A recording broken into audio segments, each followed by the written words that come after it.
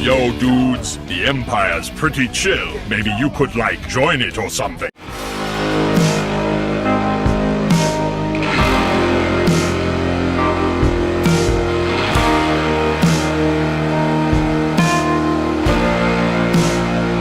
Hey everyone, Lucimus Prime here, so it is time for the next episode of a movie that didn't need a sequel, and this movie, guys, is going to be for a live-action adaptation of a video game franchise, and this movie, guys, of course, which I think did not need a sequel and was better off being on its own, in my opinion, is none other than 1995's Mortal Kombat!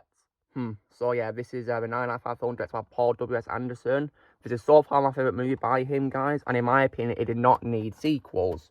So, I definitely really love this movie, guys. It's a really fun movie, and one of my all-time favourite video game adaptations I've ever seen in my life. I absolutely love this movie, and I think it was better off being a standalone movie. So, my love for Mortal Kombat goes back to when I was pretty young, guys. I think my first Mortal Kombat game was probably one of the very first ones, I think, because I remember I first played one of them on Nintendo DS when I was a kid, and it was definitely a lot of fun to play.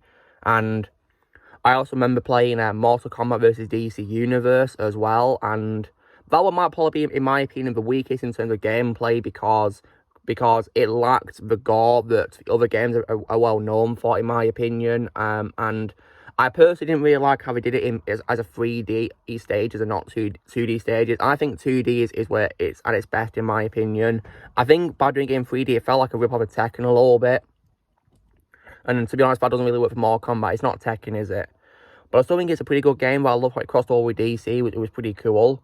And then also as well, over here, I do have on me as well, hand to hand, of course, Mortal Kombat from 2011. And this is the complete edition, which includes all the DLC. And I got this for PlayStation Vita, guys, because unlike the Xbox versions, the PlayStation versions of MK9, of course, have an exclusive character, of course, which is Kratos from God of War, who is my favourite PlayStation protagonist of all time. And the complete edition also includes immediate access to a downloadable content characters such as, of course, Freddy Krueger, Scarlet, Kenshi, and Rain. So that's pretty awesome, isn't it? So I definitely really love this game. It's my second favourite game in the franchise.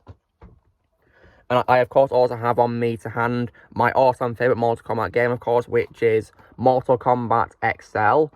And this is also known as Mortal Kombat X, but I prefer XL because like the complete edition of MK9, this version has all of the content available, all the downloadable content characters there for you to play as, which is really awesome.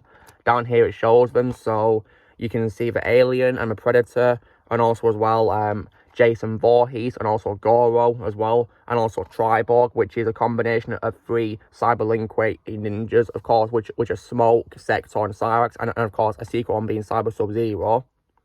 So you should probably call it Tetraborg, and then of course Leatherface, which is pretty awesome, isn't it? So lots of really cool DLC characters, and on my back here there's also Bo Raichao as well.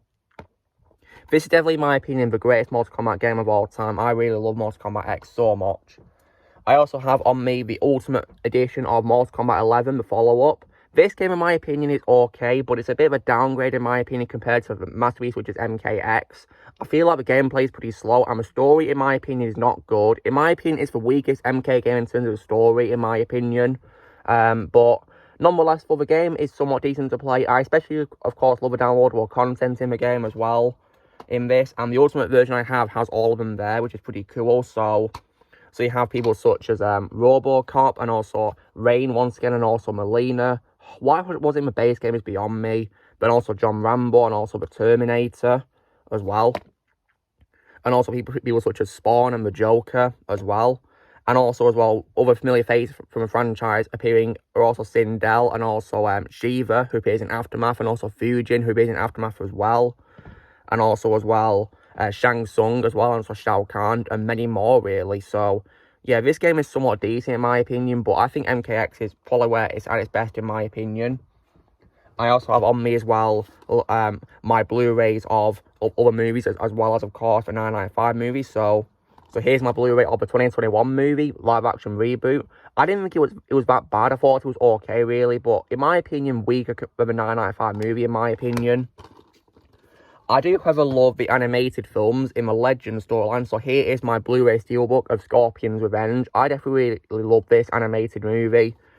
And also as well, I also have Battle of the Realms, another great one too. And also the most recent one at the time of recording, which is Snowblind. This one, in my opinion, I feel is quite similar to Mad Max a little bit, but it's still, in my opinion, a pretty great movie, in my opinion. Really good.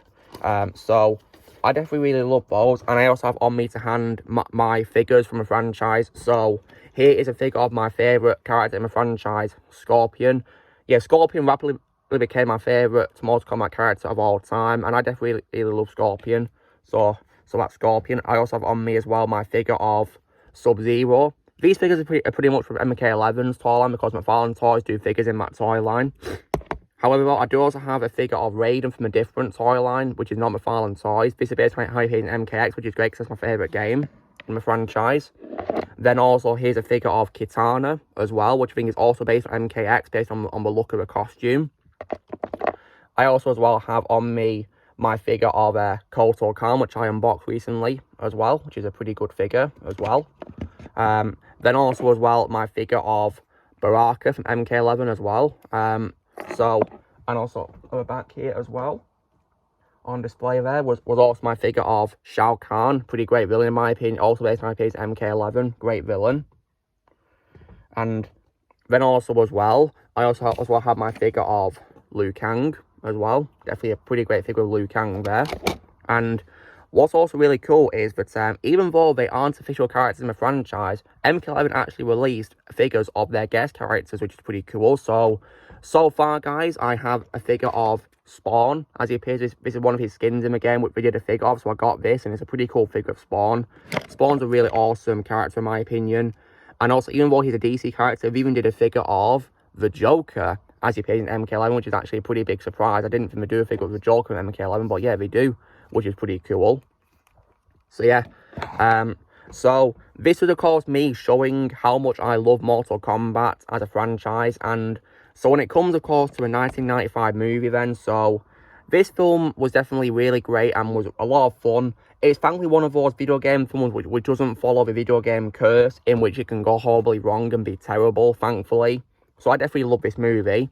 However, unfortunately, of course, despite this film's great ending, where it of course ends on a very high note of the heroes about to fight, of course, the Outworld Emperor, which of course is Shao Kahn, of course. It ends on a high note where it can probably encourage fans to go back to playing the games, really, because this film has lots of great faithfulness to the games, which I really appreciate, so yeah.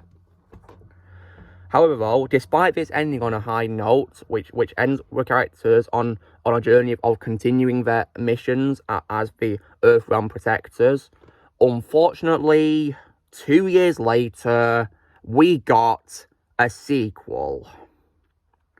And this sequel, guys, is, in my opinion, the absolute worst video game adaptation I've ever seen in my life. And that film, of course, is none other than 1997's Mortal Kombat Annihilation! Or as I call it, Mortal Kombat Abomination, because that's what it is. Because it totally annihilates this great franchise. And it completely ruins this great movie on so many levels. Like, this film is one of the most atrocious movies I've ever seen in my life, and it's one of those times where I can actually agree with the critics on, because this film was panned by critics, and rightfully so, because it was total trash in my opinion. Like, it was absolutely horrible. And now when it comes to this film, guys, only 2 actors actually reprised their roles from the first movie. And that's, of course, Robin Shou as Liu Kang, and also Talisa Soto as Kitana. Everyone else got recasted because many actors declined to return for this because they hated the script, especially Christopher Lambert and also Lyndon Ashby. You know, Chris Lambert, who played Raiden, and Lyndon, who played Johnny Cage. And you know what? All those actors who backed out did the right thing, because yeah, they would have been probably ruined if they came back for this. Just like how the whole cast of this film wasted their time on it. And the film has a very horrible start, because it continues on from that beloved ending of the first movie. And in my opinion, the movie ruined Shao Kahn a lot when he first appeared. Like, he was nothing like how he appeared at the end of the first film, because at the end of the first film, he's implied to be like a big monstrous creature voiced by Frank Welker. But in this, he just looks like a regular human played by Brian Thompson. And he's resurrected, of course, Katana's mother, Sindel, and don't you dare get me started on her line, which is, too bad you will die. Oh, God, I despise that line so much.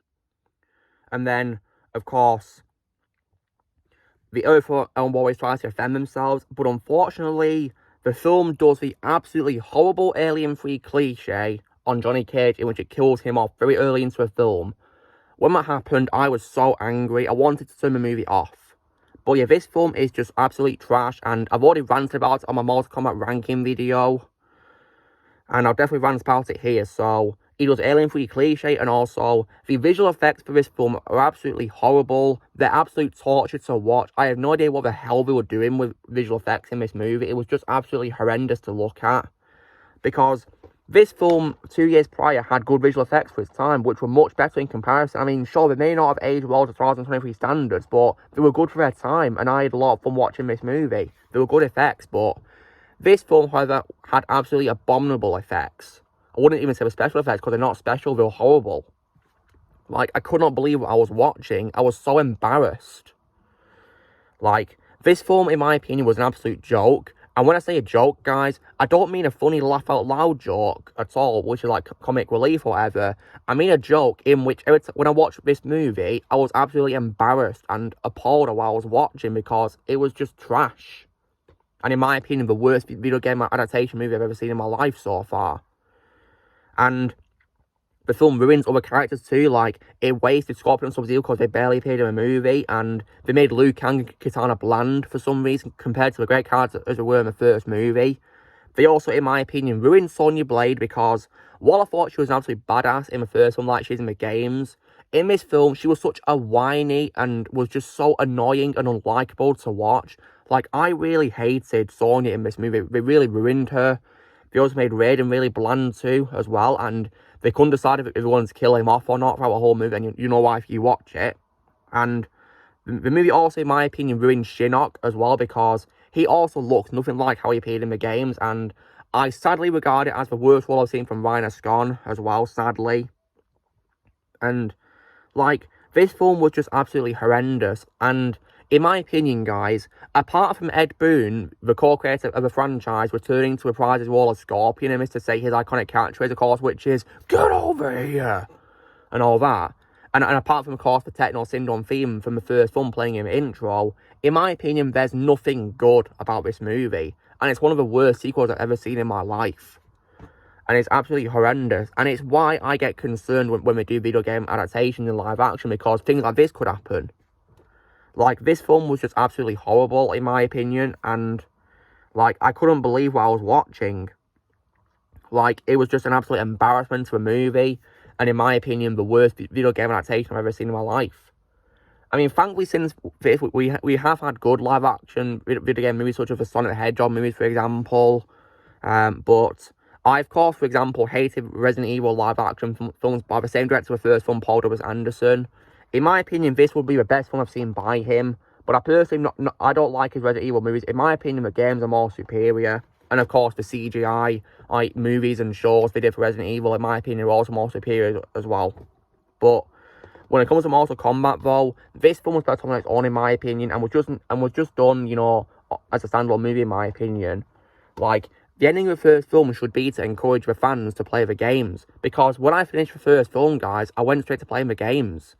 And that's how, you know, I kept loving the franchise, because I played MK9 and MKX, and I loved them. I got MK11 for Christmas in 2019, and I played that too, as well.